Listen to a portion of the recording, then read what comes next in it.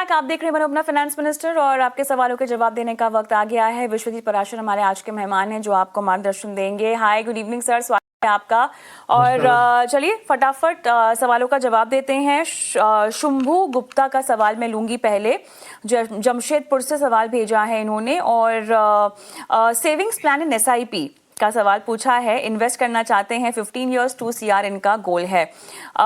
मुबारक हो, आपने अपना सवाल हमें भेजा और अपनी इन्वेस्टमेंट्स की शुरुआत करने के बारे में सोचा है। सेविंग्स प्लान इन SIP, मेरे ख्याल से आपका कहने का मतलब है कि निवेश की स्ट्रैटेजी SIP के जरिए आपको कैसे बनानी चाहिए उसकी जानकारी आप चाहते हैं। और विश्वजीत जी, देखा गया है कई बार लोगों को समझ में नहीं आता कि SIP में फ़र्क क्या है और SIP सेविंग्स नहीं है, एक इन्वेस्ट करने का तरीका है।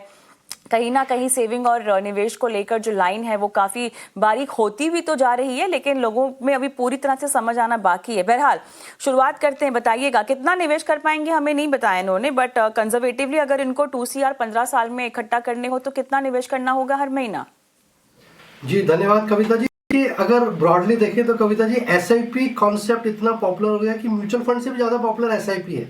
क्योंकि कई लोग बोलते हैं हमें SIP करा दीजिए, जबकि SIP एक कॉन्सेप्ट है, एक तरीका है निवेश करने का, जिसमें आप हर महीने regularly fixed income, fixed amount निवेश करते हैं और लंबे समय में मार्केट के उतार चढ़ाव से बचकर एक बड़ा कॉर्पस जनरेट कर पाते हैं। तो ये है SIP और ये एवरग्रीन स्ट्रैटेजी है। अगर आप मार्केट की टाइमिंग नहीं कर सकते हैं, बाजार के उतार चढ़ाव को नहीं समझते हैं, तो ये सबसे एवरग्रीन स्ट्रैटेजी है कि हर महीने कुछ कुछ पैसा आप निवेश करते रहें SIP के थ्रू। तो शुंभू जी का सवाल लेते हैं। शुंभू जी, अगर आप 2 करोड़ रुपए बनाना चाहते हैं 15 वर्ष में, अच्छी अवधि है, तो आपको करीब करीब करना होगा 43,000 रुपए की पर मंथ SIP। अगर आपको लगता है कि ये थोड़ी सी ज़्यादा है तो आप क्या कर सकते हैं, 24,000 रुपए की SIP से शुरुआत कर सकते हैं और हर वर्ष 12% का अगर आप स्टेप अप करेंगे एनुअली अपनी SIP में, आप अपने लक्ष्य तक 2 करोड़ तक आराम से पहुंच पाएंगे।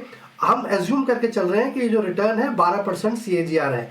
तो ये इस तरीके से अगर आप निवेश करें, जैसा आपको उचित लगे, 43,000 की SIP करना चाहते हो वो भी ठीक है, या फिर 24,000 की SIP और हर साल 12% का स्टेप अप। तो अब समझते हैं क्या पोर्टफोलियो होना चाहिए। तो एक संतुलित डाइवर्सिफाइड पोर्टफोलियो के लिए चाहिए हमें हर फंड्स जो डिफरेंट AMC के हो, डिफरेंट कैटेगरी के हो और डिफरेंट ज्योग्राफी के हो। तो उससे क्या होगा, हमारा पोर्टफोलियो डाइवर्सिफाइड हो जाएगा। तो क्या करना है, बेस्ट टॉप क्वार्टाइल फंड्स चुनते हैं आपके लिए। पहले large cap fund, ICICI prudential का लार्ज कैप फंड आप ले सकते हैं। फ्लेक्सी कैप फंड एक अच्छी कैटेगरी है जहां पे अधिकतर पैसा लार्ज कैप में होता है और फंड मैनेजर के पास फ्रीडम है कि वो large cap, mid cap, small cap में अपने चुनिंदा स्टॉक्स को चुन सकता है। तो पारंपरिक फ्लेक्सी कैप एक बहुत अच्छा विकल्प है जो काफी लंबे समय से अच्छे रिटर्न्स देता आ रहा है। इसके बाद हम लेते हैं मिड कैप कैटेगरी, जो करीब 100 कंपनियों के बाद जो 150 बनती है, नेक्स्ट 101 से लेके 250 तक जो स्टॉक्स होते हैं उसको मिड कैप कहते हैं। तो यहाँ पे HDFC का मिड कैप फंड एक बहुत अच्छा विकल्प है जिसको आप कंसिडर कर सकते हैं। और उसके बाद फिर एक और कैटेगरी चुनते हैं जिसको कहते हैं हम स्मॉल कैप। तो स्मॉल कैप में जो 250 शेयर्स के बाद 500 शेयर तक जब हम जाते हैं तो उसको स्मॉल कैप कैटेगरी कहते हैं। तो यहाँ पर बंधन का स्मॉल कैप एक अच्छा विकल्प है जिसको आप कंसिडर कर सकते हैं। तो अब ये तो हो गए चारों ग्रोथ स्टाइल फंड्स और डिफरेंट मार्केट कैप्स के, लार्ज कैप, मिड कैप और स्मॉल कैप। बट एक डिफरेंट इन्वेस्टमेंट स्टाइल डालने के लिए आपके पोर्टफोलियो में मैं आपको सजेस्ट करूंगा SBI का कॉन्ट्रा फंड, जो उन शेयर स्टॉक्स में निवेश करता है जो आज अभी शायद इतने अच्छे परफॉर्म नहीं कर रहे, बट आगे चल के फंड मैनेजर को लगता है कि एक अच्छे दमदार रिटर्न्स देंगे। तो ये 5 फंड्स में आप अपना पोर्टफोलियो को डाइवर्सिफाई करें। जितनी SIP है इन पांचों में बराबर बराबर डिवाइड कर दीजिए। आने वाले समय में हो सकता है आपको अच्छे रिटर्न्स मिले, लेकिन उसके लिए आप हर वर्ष अपना पोर्टफोलियो रिव्यू भी करते रहें। अगर कोई अच्छा परफॉर्म नहीं करता है तो उसमें बदलाव भी किया जा सकता है। ऑलराइट, चलिए शुंभू गुप्ता को ये सलाह आपने दी है, लेकिन आगे बढ़ते हैं। अगला सवाल जितेंद्र पांडे का हम लेंगे। इनकी उम्र 42 साल की है और टारगेट 18 इयर्स 5 CR और इन्होंने जुलाई 2025 से इन्वेस्टमेंट्स की शुरुआत की है। Bandhan small cap, Nippon small cap, HDFC mid cap, Edelweiss mid cap और पारंपरिक flexi cap, HDFC flexi cap, सभी में 5,000 की इन्वेस्टमेंट है। जी बिल्कुल कविता जी, अगर पोर्टफोलियो देखें तो ज्यादातर 3 कैटेगरीज के फंड है और 2-2 फंड्स एक ही कैटेगरी के हैं। तो कहीं ना कहीं ओवरलैप पोर्टफोलियो में नजर आ रहा है। स्मॉल कैप में इतना नजर नहीं आ रहा, तो मैंने देखा बंधन स्मॉल कैप और निप्पॉन स्मॉल कैप में इतना ओवरलैप नहीं है, तो इन दोनों में निवेशित रह सकते हैं। लेकिन जो 2 फ्लेक्सी कैप फंड आपने लिए हैं और 2 मिड कैप फंड जो लिए हैं, इसमें काफ़ी हद तक ओवरलैप है। तो सेम ही शेयर्स में, स्टॉक्स में बार बार निवेश करने का कोई लाभ नहीं है। बेहतर यह है कि थोड़ा डाइवर्सिफाई करें और डिफरेंट कैटेगरीज को अपने पोर्टफोलियो में ऐड करें, तो हमें रिस्क और रिवॉर्ड रेशियो के हिसाब से एक अच्छा पोर्टफोलियो नजर आएगा। तो कोशिश करते हैं जो मिड कैप फंड है उसमें एडलवाइस का जो मिड कैप फंड है उसकी जगह हम एक डिफरेंट इन्वेस्टमेंट स्टाइल लेते हैं जो पोर्टफोलियो में अभी मिसिंग है, उसको कहते हैं वैल्यू स्टाइल फंड। जिन स्टॉक्स की वैल्यू अभी अंडर परफॉर्मिंग है, अच्छी नहीं है, आगे चल के बहुत अच्छा परफॉर्म कर सकते हैं, ऐसा फंड मैनेजर का मानना है, तो उस तरीके के शेयर्स में ये पैसा निवेश करते हैं। इसमें बेहतरीन फंड है आईसीआईसीआई प्रूडेंशियल का वैल्यू स्टाइल फंड, तो इसको आप कंसिडर करें। और वहीं पर एक फ्लेक्सी कैप फंड आपने ले रखा है, एचडीएफसी फ्लेक्सी कैप भी है और पराग पारिक फ्लेक्सी कैप भी है, तो दोनों ही में फंड्स में ओवरलैप है। तो मैं आपको सजेस्ट करूंगा एचडीएफसी फ्लेक्सी कैप से स्विच कर आप एचडीएफसी के ही फोकस्ड फंड कैटेगरी में आ जाएं, जहां पे फंड मैनेजर के चुनिंदा 25 या 30 स्टॉक्स होते हैं और उम्मीद की जाती है कि अच्छे रिटर्न्स देंगे। तो ये 2 कैटेगरीज अपने पोर्टफोलियो में ऐड करें, आपका पोर्टफोलियो बिल्कुल डाइवर्सिफाई हो जाएगा according to market cap, investment style और ज्योग्राफीज। तो बहुत अच्छा पोर्टफोलियो बन जाएगा ये थोड़े से बदलाव। अगर हम देखें आपका जो गोल है वो काफी अच्छा अमाउंट आपने गोल रखा है, करीब मेरे हिसाब से आप जो निवेश कर रहे हैं वो कर रहे हैं 30,000 के एसआईपी, लेकिन 18 वर्ष का समय है, 12% का सीजीआर लेके चले तो यहाँ बनते हैं 2 करोड़ 13 लाख और गोल है आपका 5 करोड़। तो करना क्या है, बड़ा सिंपल है, हर वर्ष 12% का स्टेप अप करना है और आप इसी एसआईपी से हर वर्ष 12% का स्टेप अप करके 12% का अगर हम सीएजीआर मान के चलते हैं तो 5 करोड़ का लक्ष्य आप आराम से अचीव कर पाएंगे। तो ये पोर्टफोलियो आपका बहुत बेहतरीन बन जाएगा और अपनी एसआईपी में जितना स्टेप अप कर सकते हैं उतना आप अपने गोल के करीब पहुंच जाएंगे। बहुत बहुत शुभकामनाएं। चलिए, तो यहाँ पर ये सलाह आती हुई जितेंद्र पांडे को बहुत बहुत धन्यवाद। इसी के साथ आप जुड़े और दर्शकों का मार्गदर्शन किया, शुक्रिया। लेकिन आपको बता दें कि अगर आप भी अपने सवाल हम तक पहुंचाना चाहते हैं तो नंबर व्हाट्सएप जो है वो आपके स्क्रीन पर फ्लैश हो रहा है, अपने सवाल व्हाट्सएप कर सकते हैं और अगर यूट्यूब देख रहे हैं तो कमेंट बॉक्स में भी अपने सवाल डाल सकते हैं। दीजिए इजाजत, नमस्कार।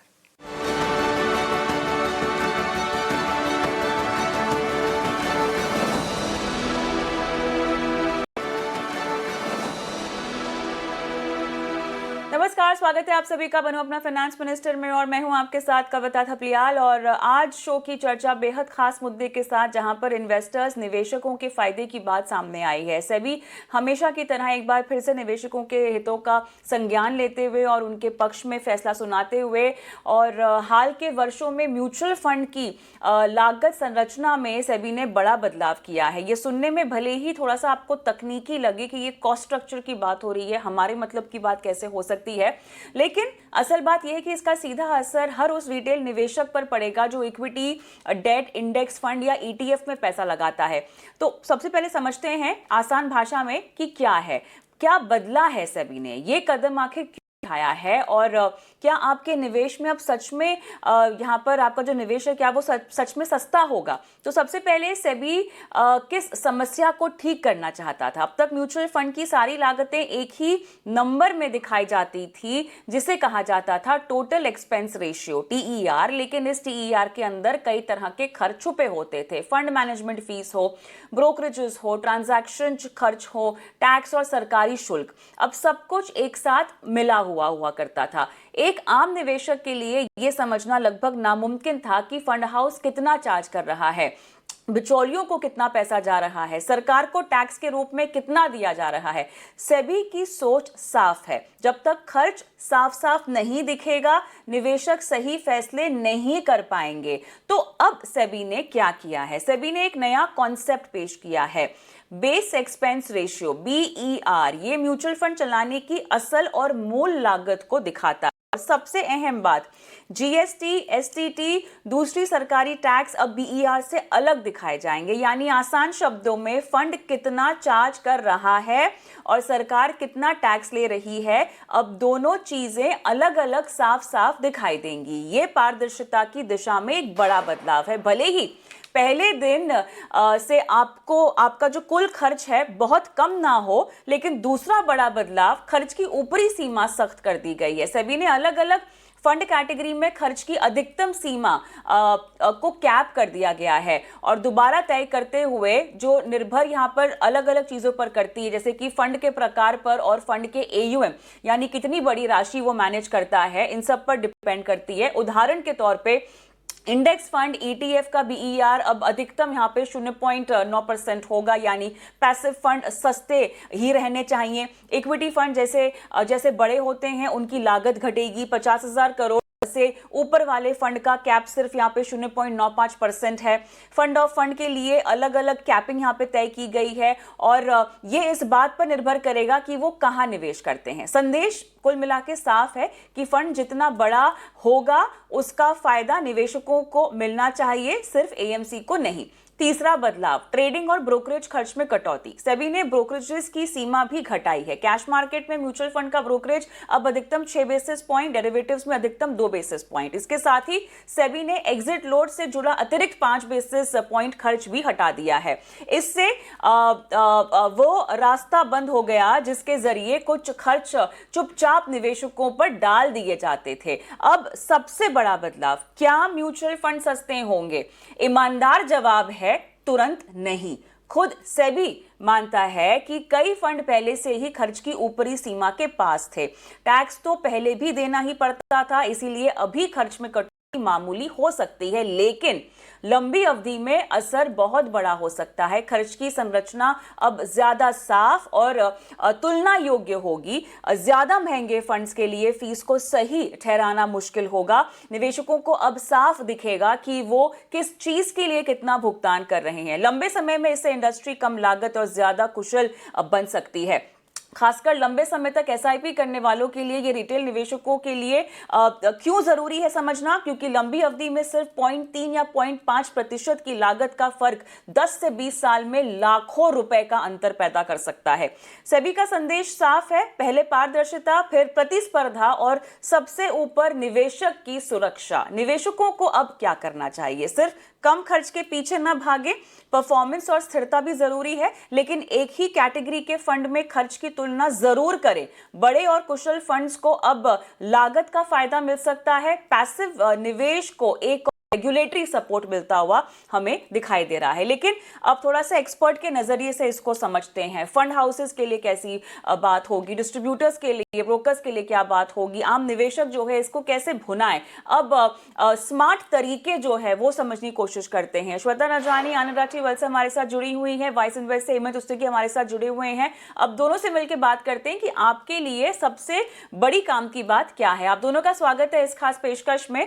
और चलिए, इन्वेस्टर के नजरिए से तो बात करनी है, लेकिन श्वेता थोड़ा सा डिस्ट्रीब्यूशन की अगर हम बात करें, छोटे एमसीज की अगर हम बात करें, उससे शुरुआत करते हैं।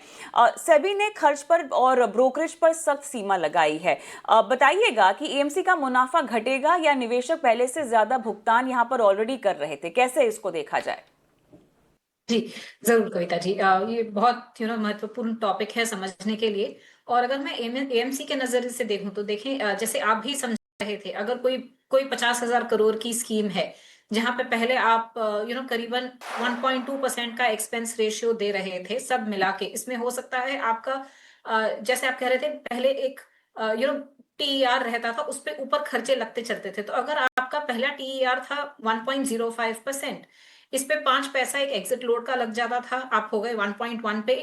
एक कंपोनेंट था जीएसटी ऑन मैनेजमेंट फी, जो अलग से चार्ज होती थी, तो वो मिला के 10 पैसा और पकड़ लें तो 1.2% पे आते थे। अब कुछ चीजें हैं जो क्लैरिटी आ गई है, क्योंकि सेबी ने कहा है ब्रोकरेज आप कितनी दे रहे हैं। जब भी एक फंड स्टॉक्स को खरीदता बेचता है तो ब्रोकरेज फी पे कर रहा है, तो वो 6 पैसे के ऊपर नहीं हो सकती।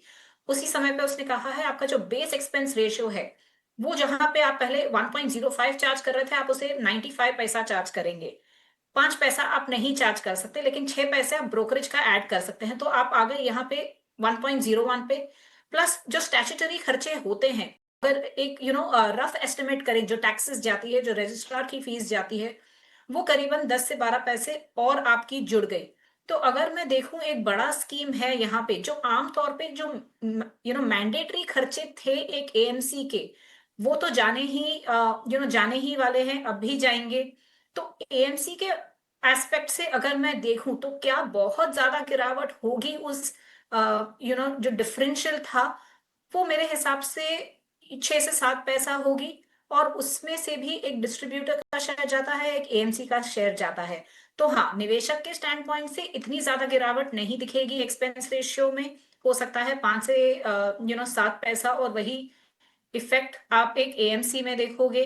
और वही इफेक्ट, जैसे एक एग्जांपल देती हूँ उदाहरण पे, जो एग्जिट लोड का 5 पैसा था, अगर वो एएमसी और डिस्ट्रीब्यूटर के बीच शेयर होता था, वो 2-3 पैसे का फर्क है जो एएमसी को दिखेगा, 2-3 पैसे का फर्क है जो डिस्ट्रीब्यूटर को दिखेगा। तो ओवरऑल अगर मैं देखूं क्या बहुत ज्यादा अंतर पड़ रहा है, उसका जवाब ना होगा कि इतना ज्यादा फर्क नहीं पड़ेगा, ना एएमसी को, ना डिस्ट्रीब्यूटर को, ना इन्वेस्टर को। लेकिन एक बहुत अच्छी चीज ये है कि ट्रांसपेरेंसी आ गई। अब आपको पता है आप किस चीज के लिए क्या पे कर रहे हैं। और राइट, चलिए अब और भी पहलू हैं, लेकिन हेमंत सर अभी आपसे हमें समझना होगा, थोड़ा सा ब्रोकरेजेस और डिस्ट्रीब्यूटर्स की तरफ से मुझे समझना है। आपको लगता है ये, खैर सवाल श्वेता से भी मैं आगे चलकर करूंगी, लेकिन उससे पहले क्योंकि हम यहाँ पर बहुत ज़्यादा फायदा इंडेक्स फंड को होता हुआ देख रहे हैं, ये सस्ते होते हुए जा रहे हैं हेमंत सर, क्या आप इक्विटी फंड्स क्या आप इक्विटी फंड्स को अगर हम देखें सिर्फ परफॉर्मेंस से ही अपनी फीस सही ठहरानी होगी, क्या अब वक्त वैसा आ जाएगा जिस तरह का पुश हमें मिलता हुआ दिखाई दे रहा है? नहीं, देखिए कविता, इसको ऐसे देखने की जरूरत है कि एक तरफ तो जो चेंजेस हुए हैं टैक्स जो एक्सपेंस स्ट्रक्चर में, और दूसरी तरफ जैसे आप बात कर रहे हो पैसिव इन्वेस्टिंग, देखिए जो इक्विटी ओरिएंटेड इंडेक्स फंड है वहां पे भी 10 बेसिस पॉइंट कम हुए हैं। और जो अगर हम हाईएस्ट टैक्स स्लैब जो एयूएम स्लैब देखें 50,000 एंड अबव, वहां पे भी 10 बेसिस पॉइंट कम हुए हैं। तो जहां तक देखिए जो डिफरेंशियल था एक्टिव और पैसिव के बीच में, उसमें मुझे लगता नहीं कि बहुत ज्यादा कुछ फर्क पड़ेगा। आपको एक्टिव फंड में इन्वेस्ट करना है, आपको नहीं इन्वेस्ट करना है, वो डिपेंड करता है आप किस तरह के इन्वेस्टर हैं, किस तरह का आप पोर्टफोलियो बनाना चाहते हैं, टू व्हाट एक्सटेंट आप अपने पोर्टफोलियो को इंडेक्स करना चाहते हैं। वो अभी भी मुझे लगता है पहले जो डिसीजन था वो आज भी वही है। एक्सपेंस स्ट्रक्चर में आप देखें अगर हम इक्विटी ओरिएंटेड फंड्स की बात करें, तो दो जो स्लैब्स हैं एयूएम के अप टू 500 और 750 टू 2000, वहां पे 15 बेसिस पॉइंट कम हुए हैं। बाकी सब जगह पे जो है वो 0.10% का फर्क है। उतना ही फर्क आपको पहले भी इंडेक्स फंड को कॉस्ट का एडवांटेज था, अभी भी है, बट मोर और लेस अगर गैप देखें तो उतना ही है। तो उसमें कोई बहुत ज्यादा फर्क नहीं पड़ा। मुझे लगता नहीं कि वो एक डिसाइडिंग फैक्टर होगा निवेशकों के लिए इन्वेस्ट करने के लिए कि किस तरह का मिक्स हो उनके पोर्टफोलियो में। ऑलराइट श्वेता, अब यहाँ पर कैसे देखा जाए, कम ब्रोकरेज से डिस्ट्रीब्यूटर्स क्या नाराज होंगे? देखिए, जैसे मैं पहले भी समझा रही थी कि अगर आप डिस्ट्रीब्यूटर के स्टैंड पॉइंट से देखें तो इतना ज्यादा अंतर नहीं हो रहा। जो पहले ब्रोकरेज मिल रही थी और जो अब मिलेगी, वो हो सकता है 3 से 4 पैसे का फर्क है। तो वो इतना भी ज्यादा अंतर नहीं है कि डिस्ट्रीब्यूटर नाराज हो जाए। हाँ, लेकिन एक बहुत जरूरी बात ये है कि आप अब फोकस ये होना चाहिए कि आप पेनिट्रेशन कैसे बढ़ाएं, क्योंकि आज भी अगर हम देखें तो म्यूचुअल फंड एसेट्स बहुत कम है। जो निवेशक म्यूचुअल फंड में निवेश करते हैं वो बहुत कम है given the overall financial assets. तो अगर वो बढ़ सकता है, सारा फोकस अगर ये हो कि आप म्यूचुअल फंड एसेट्स कैसे बढ़ाएं, तो वो इकोनॉमीज ऑफ स्केल का जो बेनिफिट है, आपको एक हायर स्केलेबिलिटी का जो बेनिफिट है, वो काफी मिल सकता है डिस्ट्रीब्यूटर्स को। तो वो वैल्यू क्रिएशन के स्टैंड पॉइंट से आज भी म्यूचुअल फंड में निवेश करने का मतलब बनेगा। और जैसे एसेट्स बढ़ेंगे, जो ये 3-4 पैसे का फर्क दिखेगा, वो कवर अप हो जाएगा। तो जो डिस्ट्रीब्यूटर्स हैं या डिस्ट्रीब्यूटर के शेयर होल्डर्स हैं, आई थिंक वहां इतना ज्यादा फर्क नहीं पड़ता है। हेमंत सर, क्या अगले 12 महीनों में निवेशकों का टीईआर घटेगा, कैसा लगता है आपको? देखिए कविता, इसको इस तरह से देखने की जरूरत है, जैसे हमने ऑलरेडी डिस्कस किया कि किस तरीके से टीईआर को अलग करके अभी बेस एक्सपेंस रेशियो प्लस जो रेगुलेटरी एक्सपेंसेस है, जो स्टैट्यूटरी एक्सपेंसेस हैं, उनको अलग कर दिया गया है।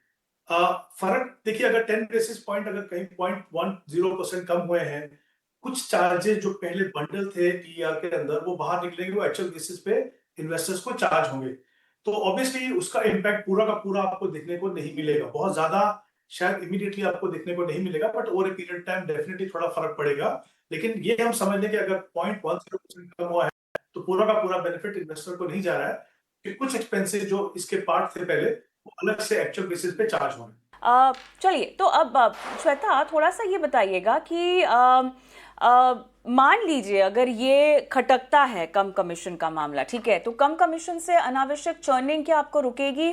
क्या अब डायरेक्ट प्लान की सिफारिश बढ़ती हुई हम देखेंगे? क्या ये नियम पोर्टफोलियो बनाने का तरीका अब बदलेगा? कैसे आप देखती हैं ये पूरा सिनेरियो में चेंज होता हुआ इसकी वजह से?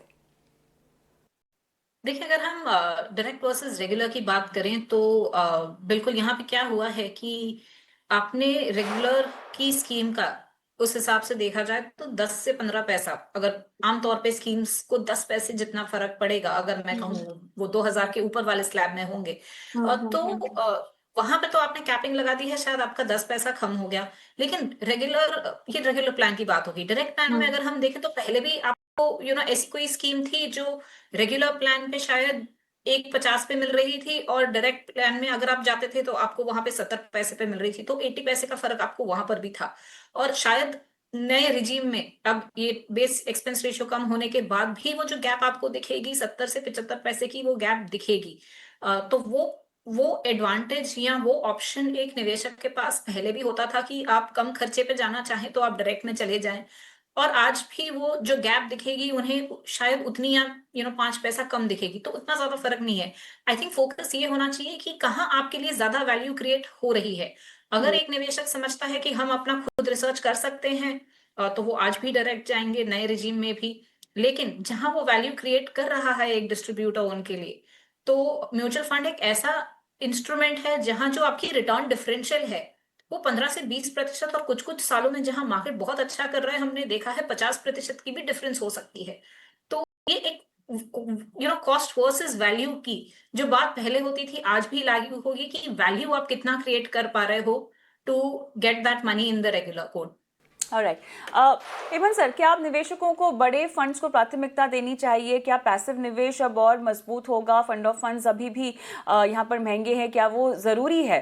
किस तरह से देखा जाए इस पूरे बदलाव को अब निवेशक के नज़रिए से? देखिए कविता, यहाँ पे दो डिफरेंट एस्पेक्ट है। अगर हम फंड ऑफ फंड की बात करें तो ऑब्वियसली वहां पे जो एक्सपेंस रेशियो है वो कम होगी। पहले भी अगर आप देखें, जो इन्वेस्टर्स फंड ऑफ फंड में इन्वेस्ट करते थे वो इसलिए करते थे क्योंकि वो चाहते थे कि एक ही इन्वेस्टमेंट से वो जो जिस तरह का डाइवर्सिफिकेशन चाहते हैं थ्रू डिफरेंट फंड्स, एक इन्वेस्टमेंट से उनको मिल जाए। तो वो जो आई थिंक जो बेनिफिट था या जो इन्वेस्टर्स को लगता था वो बेनिफिट है, वो अभी भी है। एक्सपेंस रेशियो कम हुआ है तो ऑब्वियसली अगर आप फंड ऑफ फंड में ऐसे कैटेगरी बिलीव करते हैं तो आपको तो फायदा है, बिकॉज एटलीस्ट आपके जो एक्सपेंस रेशियो है वो 15 बेसिस पॉइंट से वहां पे कम होगी। जहां तक बड़े और छोटे फंड्स का सवाल है, देखिए नॉर्मली जैसे मैंने कहा दो कैटेगरी को छोड़ के सब जगह पे 0.10% का डिफरेंस है। जो डिफरेंशियल पहले भी था वो अभी भी बना हुआ है। ऑफ कोर्स जो बड़े फंड्स हैं उनके अलग एडवांटेज है, उनके पास थोड़ी बैंडविड्थ रहती है to absorb these kind of expenses. और अगर छोटे फंड्स की बात करें तो ऑब्वियसली उन पे थोड़ा इम्पैक्ट पड़ सकता है क्योंकि उनके पास बहुत ज्यादा लीवे रहता नहीं है वहां पे। बट जो डिफरेंशियल था अगर आप बात करें तो मोर और लेस दो कैटेगरी को छोड़ के बाकी उतना ही है डिफरेंशियल था जो पहले था। तो वो जो चैलेंजेस पहले थे वो अभी भी है, जो बेनिफिट्स थे वो अभी भी हैं। तो अगेन जहां तक इन्वेस्टर्स का सवाल है, क्लियरली आपको दो तीन चीजें देखनी है। आपको सुटेबिलिटी देखनी है, आपको देखनी है कौन सा फंड कंसिस्टेंटली परफॉर्म कर रहा है।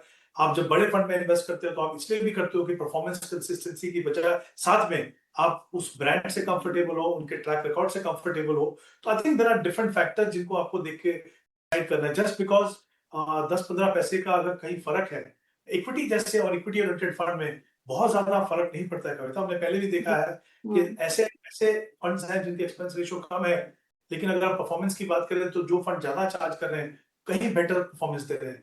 और पोर्टफोलियो क्वालिटी कैसा है, लेवल ऑफ डाइवर्सिफिकेशन कैसा है, बहुत सारे फैक्टर जो आपको देखने हैं डिसाइड करने के लिए। ऑफ कोर्स कॉस्ट एक फैक्टर हो सकता है, but in the long run I think काफी सारे फैक्टर्स हैं, सबको देख के फिर भी आपको डिसाइड करना है।